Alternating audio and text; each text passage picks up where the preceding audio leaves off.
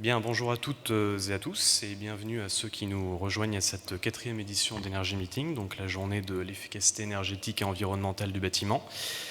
Je suis Corentin Patrijon, journaliste chez Bâti Actu et j'ai le plaisir d'animer donc cette conférence plénière de l'après-midi consacrée à la rénovation des bâtiments 2020 à Ready 2050 jusqu'à 17h30.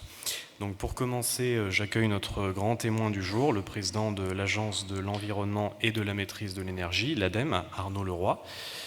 Bonjour et bienvenue, monsieur Leroy. Donc vous êtes notre grand témoin du jour pour nous parler de ce défi que doit relever le secteur du bâtiment, le défi de la neutralité carbone. Pour y parvenir, donc, il faut que ce secteur utilise des clés, des outils, donc ceux de la rénovation énergétique, qui sont essentiels pour atteindre l'objectif de zéro émission carbone en 2050. Pour commencer, monsieur Leroy, quel état des lieux de la rénovation peut-on dresser aujourd'hui? Où en sommes-nous dans ce domaine? Bonjour à toutes et tous. Alors, où en sommes-nous? Je vous mentirais si je vous dis qu'on est bien placé. Sinon, on aurait, je pense, pas autant de monde dans la salle et pas autant d'actualité politique autour de la rénovation. Il n'y aurait pas l'ensemble des débats qu'on peut avoir actuellement sur le sujet. Donc, la rénovation énergétique des bâtiments sur le particulier, il y a de l'ambition affichée, il faut qu'on arrive à réaliser les choses. Vous savez, c'est une mission historique de l'ADEME d'accompagnement, d'information, d'animation des réseaux via les espaces info-énergie ou les plateformes. Tout ça est en train d'évoluer fortement, avec la mise en place d'un programme C2E dédié par l'État de 200 millions d'euros, donc ce qui fait qu'on triple, en tout cas les budgets qui sont alloués à l'ADEME pour l'animation sur ce sujet-là. Donc j'espère que du coup on va pouvoir faire beaucoup plus, aller dans des territoires où il n'y a pas d'animation actuellement. Donc ça c'est l'idée et l'ambition. Derrière, il faut aussi qu'on ait les bras pour faire cette rénovation. Ça, c'est un enjeu important, dans un moment qui n'est pas simple pour le recrutement, pour personne. Là, je sors des assises du CER, donc sur l'énergie renouvelable. On a déjà des tensions sur le marché du travail liées à l'expertise demandée pour les métiers liés à la transition énergétique. Je pense que quand je discute aussi bien avec la FEB ou que la CAPEB, on me dit qu'on a aussi des problèmes dans le secteur du bâtiment. Donc il faut qu'on y travaille, qu'on fasse venir certainement d'autres parties, peut-être de reconversion, des choses comme ça. En tout cas, il y a un enjeu. Moi, c'est quelque chose que je sens quand je me déplace. On peut avoir des dispositifs, des budgets. Derrière, il faut qu'on ait aussi des structures, des entreprises et aussi un travail qui concerne, en tout cas ce que l'on regarde de près à l'ADEME, à savoir la rénovation de qualité. Il ne faut pas simplement qu'on tombe dans culture du chiffre qui parfois est dommageable. Les actes, c'est important de les comptabiliser. C'est aussi important qu'on comptabilise ce qu'on peut économiser, en termes de pouvoir d'achat, et en termes de gaz à émissions, de gaz à effet de serre. Donc voilà, un petit peu. Donc l'état des lieux, ça reste un grand chantier. Je ne suis pas sûr qu'une ambition prise au début d'un quinquennat, en tout cas, se réalise dans un quinquennat, parce qu'on voit que le chantier est lourd, long, qu'il faut qu'on apprenne à mettre un peu de stabilité dans les dispositifs. Donc là, il y a des nouveautés qui arrivent avec la prime Rénov'. On va essayer de mettre tout ça en musique. Donc tout le monde est aligné. L'ambition est là. Je pense que les outils sont dessinés. Il y a du budget. Ça a été pendant un moment un problème. Et je crois aussi que les professionnels commencent à s'intéresser de plus en plus fortement à la question de la rénovation. On a eu en France pendant très longtemps une culture de la construction neuve. On voit que c'est de plus en plus compliqué de trouver des espaces pour construire, de trouver, de grignoter encore un peu plus, même si les chiffres qui sont tombés dernièrement sont quand même assez inquiétants pour le pays, en termes d'artificialisation des sols. Il faut qu'on fasse beaucoup plus par rapport à la rénovation énergétique des bâtiments, y compris dans le tertiaire, et c'est peut-être un des sujets sur lesquels on reviendra tout à l'heure. Donc voilà. Très bien. Alors oui, justement, il y a une étude de l'ADEME qui a été publiée il y a peu de temps, qui a donc révélé que c'était plus intéressant, finalement, d'un point de vue écologique, bien sûr, mais aussi économique, de rénover plutôt que de construire. Comment peut-on se préparer à cet essor, en fait, des travaux de réhabilitation et quels sont les travaux, justement, en cours sur le sujet? Sur quoi planche-t-on actuellement dans ce domaine-là?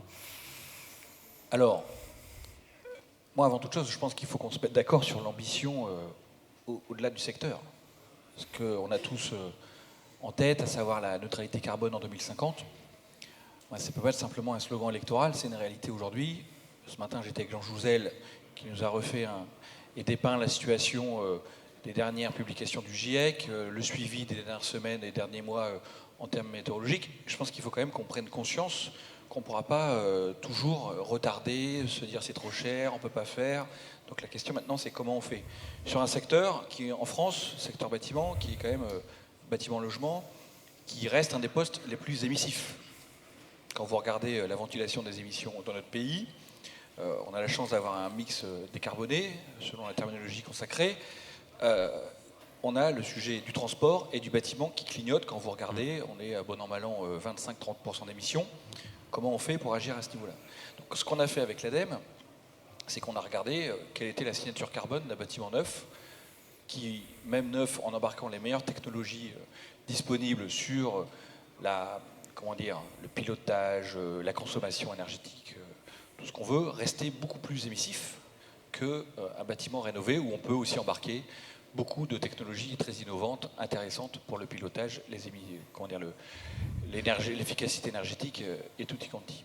Donc nous, c'est notre cheval de bataille dorénavant en disant, voilà, écoutez, je pense qu'il faut qu'on rénovons, même les bâtiments tertiaires. On a fait Cities to Be à Angers, dans un bâtiment rénové. Le Palais des Congrès d'Angers a été, les structures de base ont été gardées, on a changé certaines parties des enveloppes, mais on a un bâtiment rénové. Quand vous faites le calcul, vous avez un bâtiment qui est beaucoup plus responsable en termes d'émissions carbone.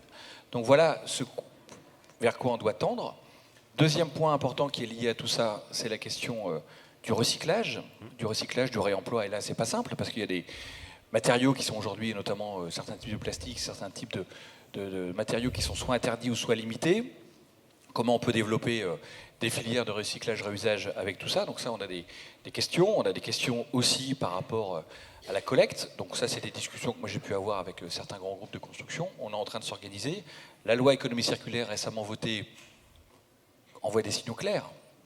Demande à l'ADEME, par exemple, de réfléchir assez vite à une REP sur les déchets du bâtiment. Donc tout ça fait que, j'espère, dans la décennie, on sera capable d'avoir une vraie économie de la rénovation d'un côté et du réusage et du réemploi des matériaux de construction. Alors l'une des clés de la rénovation énergétique, c'est l'accompagnement des ménages, des particuliers dans leurs projets de réhabilitation. Quels sont aujourd'hui les outils qui existent pour les aider à s'y retrouver, à s'orienter? Écoutez, il existe un numéro de téléphone connu et un site web sur lequel moi je vous renvoie qui s'appelle faire.fr, qui vous donne aussi l'ensemble de la cartographie des espaces info-énergie. Il y a aussi des acteurs privés qui s'intéressent de plus en plus à la question, sans tomber dans le démarchage abusif ou les éléments de mauvaise qualité. Donc il y a quand même de plus en plus de dispositifs d'accompagnement. Aussi au département, on sensibilise de plus en plus les CCAS pour nous aider, parce que le sujet, c'est aussi trouver le moyen d'identifier les ménages précaires dont on parle, pouvoir leur expliquer ce que c'est une rénovation, comment on peut la faire, les accompagner dans l'autorénovation, qui est un élément important. Donc, par exemple, pour l'ADEME, qu'est-ce que ça veut dire? Ça veut dire travailler avec Leroy Merlin pour former une partie des vendeurs, pour leur expliquer qu'ils puissent trouver les moyens aussi un petit peu de conviction pour expliquer les questions d'autorénovation. C'est discuter avec les agents immobiliers pour qu'on puisse avoir un moment de discussion au moment de la transaction immobilière, et voir aussi avec une partie des bailleurs ce qu'on peut faire pour aider. Donc les dispositifs sont existants, je vous l'ai dit tout à l'heure, on met quand même beaucoup plus d'argent dans l'animation, donc normalement on va pouvoir générer beaucoup plus d'actes de rénovation. Il faut trouver des matériaux standardisés pour aller plus vite, donc ça veut dire que c'est de l'innovation aussi avec les constructeurs de matériaux, lesquels on travaille, les discussions qui sont menées, l'animation faite très bien par Philippe Pelletier et le plan bâtiment durable. Donc voilà, tout ça, on va dire ces éléments-là sont présents. Ça fait très longtemps qu'on parle de rénovation dans notre pays. Ce matin, on discutait aussi avec les instances européennes qui font de la rénovation un axe du Green Deal, donc on va peut-être pouvoir avoir des financements un peu supplémentaires pour ces questions-là. Et puis, au-delà de ce que fait l'État, il y a ce que font l'ensemble des métropoles, des collectivités, des régions. Donc voilà, il y a quand même beaucoup aujourd'hui de dispositifs en place. On travaille sur le reste à charge pour les plus précaires d'entre nous, des solutions bancaires qui sont en train d'être développées aussi bien par le réseau de la Banque Postale que la CDC qui se réinterroge sur la question du tiers-financement. Donc je crois qu'on a quelques avancées qui sont intéressantes. Le mouvement associatif qui s'intéresse à l'autoconsommation dans le milieu de l'habitat collectif HLM. Donc on arrive à une multitude de solutions, d'acteurs qui font que je crois, en tout cas je suis un garçon optimiste, on va pouvoir se mobiliser et aller de l'avant vers cette question de la rénovation énergétique du bâtiment, du particulier à destination des plus précaires et des plus fragiles. C'est pas simple, ça veut dire qu'il faut mobiliser beaucoup d'échelons. Donc on discute avec le réseau bancaire, on a discuté avec, et ils ont accepté de nous rejoindre dans la campagne FAIRE, donc cette grande famille, les quasiment 150 fédérations qui sont engagées avec l'État d'en faire pour justement qu'on ait les mêmes mots, les mêmes ambitions en termes de rénovation. Les crédits et la consommation, c'est des éléments très importants. Aujourd'hui, beaucoup d'actes de rénovation sont financés par des crédits à la conso. On a réussi à sensibiliser le secteur à la question de l'éco-délinquance, des artisans qui sont soit pas qualifiés ou peu scrupuleux, artisans peut-être pas le terme, en tout cas ceux qui se présentent comme des artisans et qui sont plutôt des vendeurs de vent, avec tout le respect que j'ai pour la filière éolienne, c'est pas le sujet, mais vous voyez, il faut qu'on arrive à faire le ménage dans tout ça également. On voit, vous avez suivi comme moi les dernières problématiques sur les campagnes téléphoniques intempestives, donc les mesures qui ont été prises, donc la répression des fraudes qui est montée au créneau, les instances qualifiantes, RGE, Calibat et compagnie, qui sont aussi amenées à travailler pour sensibiliser et aussi sanctionner parfois dans leurs propres membres. Donc tout ça fait que je crois que les planètes commencent à être foncièrement bien alignées. Alors, pour conclure votre intervention en 5 minutes, et puis pour faire la transition avec les interventions suivantes, on a beaucoup parlé du logement, donc des particuliers, mais les mêmes problématiques se posent, comme vous l'avez dit rapidement tout à l'heure, pour le tertiaire, donc pour les entreprises, les immeubles de bureaux. Où en est-on dans ce domaine, notamment vis-à-vis du fameux décret tertiaire qui était attendu au tournant ? C'est bien, parce qu'on est passé de fumeux à fameux sur le décret tertiaire, donc ça c'est bien. Il est sorti, c'est un produit quand même qui a mis du temps. Donc maintenant, il faut qu'il soit stabilisé et que les gens se l'approprient, que les professionnels se l'approprient. Donc nous, notre mission, c'est aussi de travailler à l'appropriation de cette ambition qui n'est pas anodine. Qui n'est pas anodine, hein, moins 60% à terme de gains, en tout cas de réduction de gaz à effet de serre. C'est des vrais challenges pour le secteur.